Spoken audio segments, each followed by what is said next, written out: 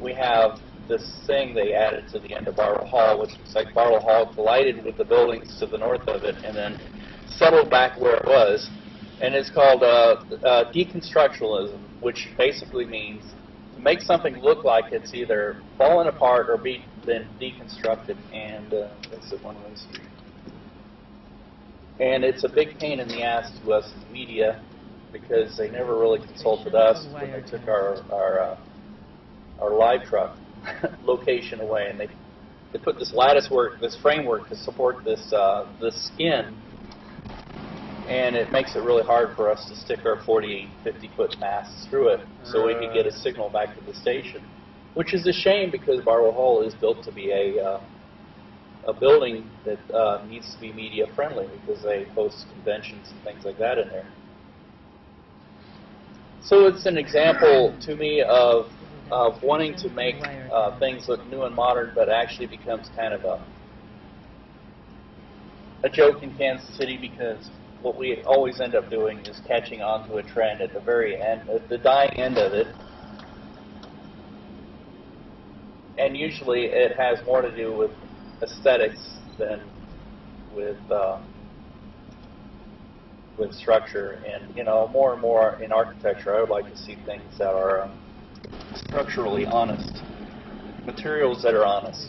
If it's a steel frame building, show the steel frame and glass on the outside, and that was the essence of the modernist movement, which supposedly postmodernism is reacting to, mainly because the Nazis like modern buildings. Right. I mean, I was pretty fortunate. I had a great dinner once with Bob Bergebile, who's a major architect here in Kansas City. And what kind of his critique of Kansas City is that we're always behind, just like you said. Mm-hmm. It's like no one here is willing to take risks. And so what the people here do is they wait to see what everybody else has done. Mm-hmm. And once everybody else has done it so many times that it's tired, mm-hmm. then it's safe. It's safe to do it here. It's safe to do it. And that's not a way that you become, like, this town. So here we go. This is what I was talking about. Yeah. The kind of the equivalent to what you were talking about at Paragraph. I don't know if I've got it. Yeah, I think that was part of the, 1% for the arts, too. I mean, it's, I know the guy who did that. I want to say his name's Riley. He's a sculptor. He made these forms on this building. But what is it for? I mean, what's the function of adding faux to a building? You know what I mean? Like, why is this an improvement? Shouldn't we be doing things that improve the aesthetics? And so some people will be like, well, that's great, you know, it looks like a smooth surface that's crumpled up. Well, that's kind of like taking a can that's empty and smashing half of it, right? That's great. That's such a revolutionary concept. Let's take a building and make it look like a beer can that's partially smashed. And so people might say that that's an unfair critique, that, you know, if I could find the artist statement, it would make total sense to me. Maybe the artist statement's around in the corner somewhere. And meanwhile, the paint is falling off of the rest of the building, and that looks like crap. And so that's what I find in Kansas City. We dump tons of money into superficial modifications, and then we let the rest of it just decay, fall apart. Oh, I'm looking for camera B. Need another person to run this. Okay, here we go. Camera B. I'm looking for camera C. There we go. There we go. So we're talking about this part of Bartle Hall here. Essentially looks like the skin of the building has met up with an accident. Yep, it looks like a ship that has run aground. And that kind of is the whole sentiment for Kansas City. It's like a ship that just ran into something. And the rest of Bartle Hall, which was controversial, but in many ways... The paint's fallen off of it. Well, I've seen a lot of structures like this all over the country. It was very popular at the time in the 60s and 70s. But what I like about it is that there's a bit of honesty there. In that you're taking advantage of this engineering structure that it looks like something. I'm going to make us cold because my camera is focusing in on your window. Oh yeah, well that's no problem. I'm not. Oop, and it's still focused on I'm not the window. averse to the cold. Oop. My great skills here as a photographer. And then we get to the end, and this part was done in the last, what, 2 years? Yeah, they wrapped it. And essentially what it's covering up, there's no roof on it. What it's covering up is an open-air kind of garage. It's just basically like a privacy fence. And it leads from, my Mardi Gras beads, it leads from, oh no, there's your peeling paint. Right. And that's truly deconstructionalism right there. Yeah, there you go. I don't think it was intentional though. Art, but it leads from intent. it leads from the peeling paint because there's been no maintenance on the outside there to mimicking it, saying, "Oh, this is the end of Bartle Hall, and it looks like it collided with this parking garage over here, and then bounced back over here," or something like that. Yeah, and so some brain trust pitched this idea to, what, 1% for the arts or something. And so Bartle Hall did an expansion. They had to spend 1% of it on the arts. Yeah. So rather than, like, having a master sculptor come in and carve something out of marble to stand the test of time, they decided to make the place look like a crumpled beer can at one end. And that'll probably be the, as you say, and maybe, in about 100 years of when they decide that Bartle Hall needs to be torn down or something, that'll be the part that survives. But I have a feeling that in about 20 years there'll be a controversy about them wanting to tear down this end. Oh, but it's art, you're censoring somebody. Yeah, that'll be the censorship issue. It'll be like, didn't you read the artist statement? You can't censor that. I don't know. I sound angry. I don't mean to sound angry. I don't mean to sound phlegmatic. What I mean to sound like is a person who's honestly criticizing my culture. But the problem with my culture has grown to such a huge scale that to tackle any part of it effectively is almost beyond the abilities of any individual or almost even any group of individuals, because none of it makes sense. I mean, it's people's pet projects that they can push through these channels that they're completely familiar with. So the guy who did this, right? The guy who's responsible for all this metal.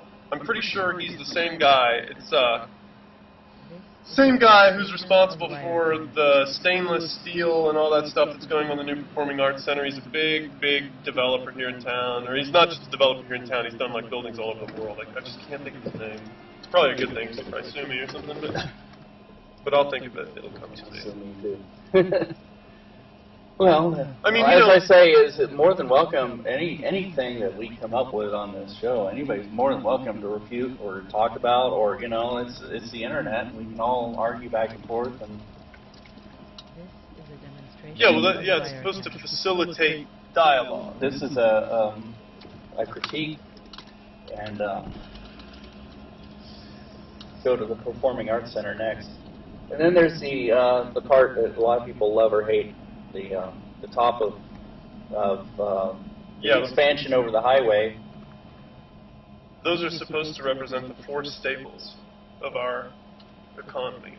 Really? Wheat, oats, corn, and beef. I didn't know that. Now, can you tell me which one of those is beef, which one of those is corn, which one of those is wheat? No, I always thought that Kansas City was being attacked or invaded by aliens. You talk to a lot of people, like people who are into feng shui, people who are into yoga, people who are into qigong and tai chi, and they say that that part of the building with the wires coming off is chopping the city's chi force into a million little pieces. Like we just completely lose. The wires are a structural element. Oh yeah, right. I mean it's essentially this building is a suspension bridge. Yeah, over the highway, and they just built this to kind of kick you in the testicles. Like you take the city of Kansas City, if you're from a design perspective, the Asian design perspective, and you say, okay, what do you do to emasculate a man? Like what do you do? You just kick him really hard in the testicles. Okay, well if you have a city, how do you just reduce its Asian chi force? You build that. Well, this is a more impressive structure, though. Yeah, I was going to say, this has quickly becoming a landmark in the city. But Judy Hellsberg had a lot to do with this, right? Like, I believe that there are some major players who are kind of insisting that this not become another Nelson Atkins edition. Here, I'll give this camera to you. You've got the... Where the guest becomes a photographer. That's right. But I mean, this whole area here is more than just this. It's going to be this across the street here, which is the south end of the convention area, and it kind of ties in the convention with performing arts. You can see that a little bit of homework has been done here. Oh, yeah. The people who were involved. And this is going to be a landmark, and this is going to be something they want it to be substantial. They want it to last for a long time because their names are on it. Yep. That's right. And I think it's an impressive structure. It's showing you that you can push the boundaries. It's going to have all that glass hanging on the front of it. It's going to be a magnificent structure. yeah, let's see if we can go to the other side of it. But you know what? They're not calling it art. You see, like what they did over there to that other building, the smashed beer can. They're calling that art.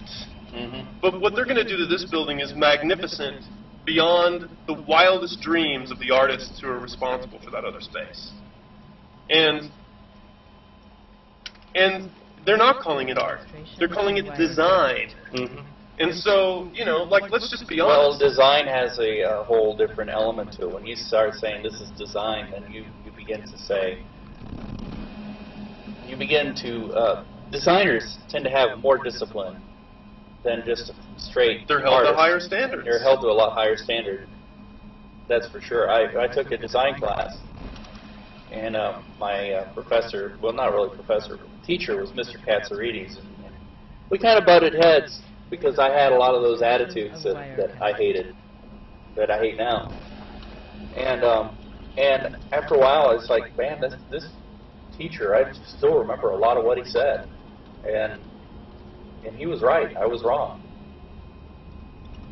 Yeah, art's very freewheeling. Like I said, it's smashed beer cans and trash. And design, you're held to a higher standard, and people don't want to be held to a higher standard in the art community. They just want to play. They just want to be able to have anything goes. Well, like we said, that was taught early in school when it was raining outside. Well, we won't have recess, so we'll have art class instead. Right.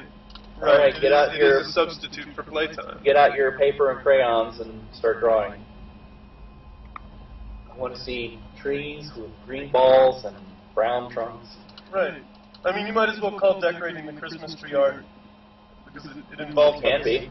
Yeah, well, I think sometimes again that's design. If you take a design approach to it. Yeah, right. I mean, but then you would acknowledge that, like, if you have those people trapping company, they come to your house. Snobby or elitist.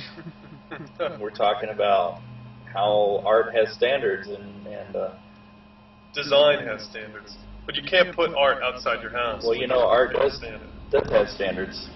It's just that it's not acknowledged because forever it's been looked at as recess. Yeah, well, something happened, and I'm telling you, like, the power in this city that is responsible for doling out some of the money that goes to these artists is facilitating the continual decline of the intelligence. Well, I guess the experiment would be, and I'm saying I'm a great believer that the average Joe would know what art is, even though he wouldn't be able to acknowledge the fact that he can critique art.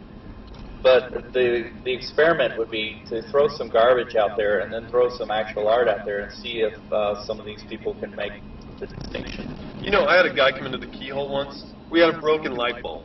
It wasn't broken, but the cover had come off of this lighting assembly on the wall. I think I know where this story's going. Well, the guy, like, stared at it for a long time. He's looking, like, he asked Jessica, like, who made it? Like, where? And it's like, it's just like a God, you guys box could have with a sold light it. bulb in it that was screwed onto the wall that the lens came off of. It's You not guys even could have sold it for $2,000. Yeah, I know. That was our big opportunity. Theirs is a nice restaurant here, West Side Local. Yeah, well, then the West Side is really, like, for me, in this town, the West Side represents the model for the East Side. That we need more pockets like this. The nice thing about this area of the West Side is